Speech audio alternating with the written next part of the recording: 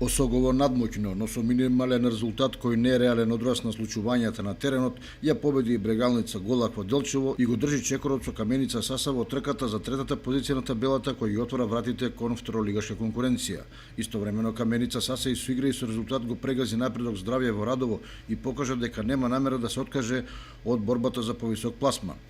Тоа значи дека до самиот крај на првенството ќе се води изедначена битка помеѓу овие две екипи, што првенството го прави интересно и неизвестно. Можеби предноста на Осогово е што меѓусебниот дуел го игра во Кочани, што е шанса за реванш за есенскиот пораз.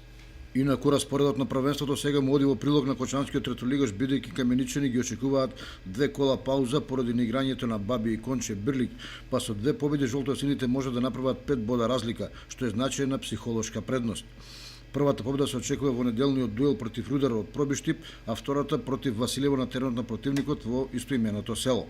Од друга страна, многу значајно ќе биде како Осогово и Каменица Саса ќе одиграат против силните екипи како Беласица, Плачковица па и Кит Го, бидејќи секој освоен бод против фаворитите може да биде пресуден за конечниот пласман.